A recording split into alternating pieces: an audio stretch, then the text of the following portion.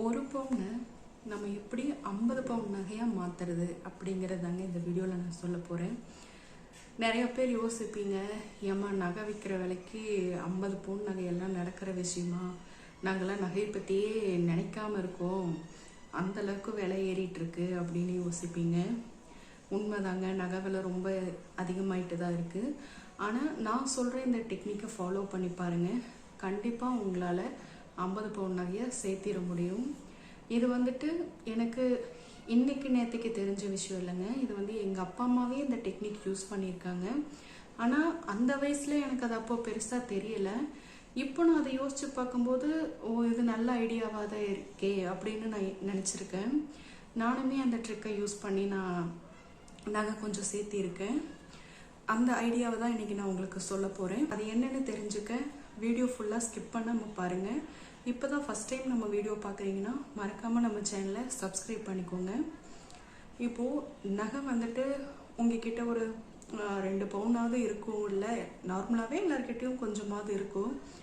அந்த மாதிரி நீங்கள் நகை வச்சுருந்தீங்கன்னா அதை இப்போ நம்ம எப்போவுமே நம்ம போட்டுகிட்டே இருக்க மாட்டோம்ல, யூஸ் பண்ணாமல் வச்சுருப்போம். ஒரு 2 பவுனு 1 பவுனு அந்த மாதிரி.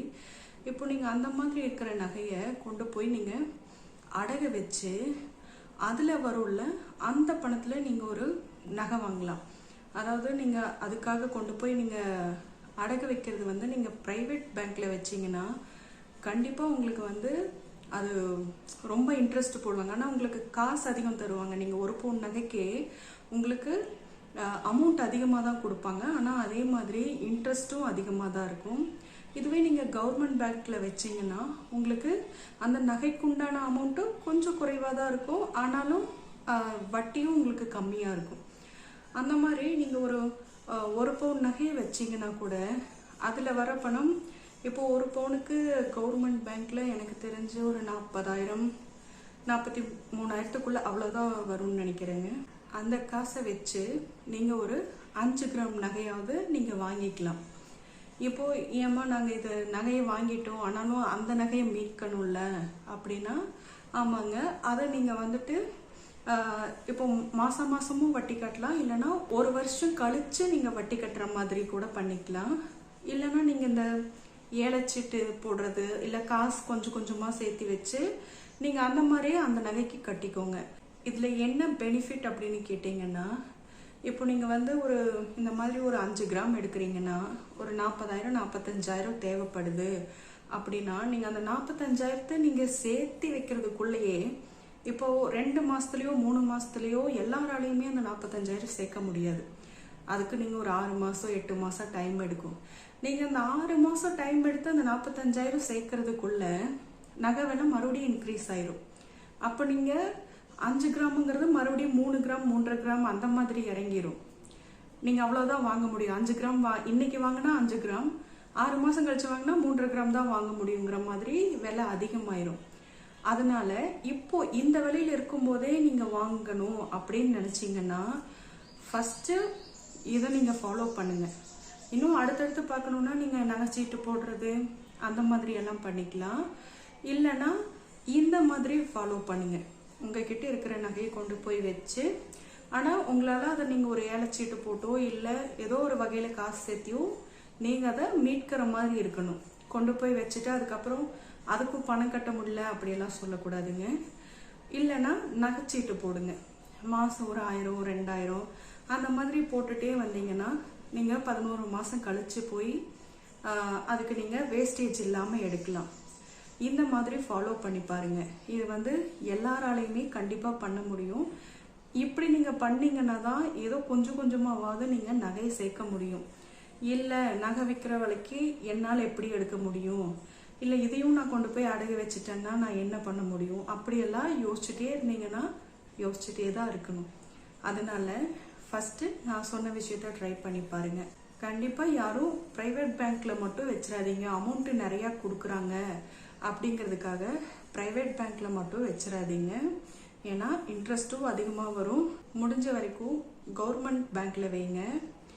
இந்த கூட்டுறவு சங்கம் இந்த மாதிரி சொல்லுவாங்கள்ல, முடிஞ்ச வரைக்கும் நீங்கள் அதில் வச்சிங்கன்னா உங்களுக்கு வட்டி குறைவாக இருக்கும்.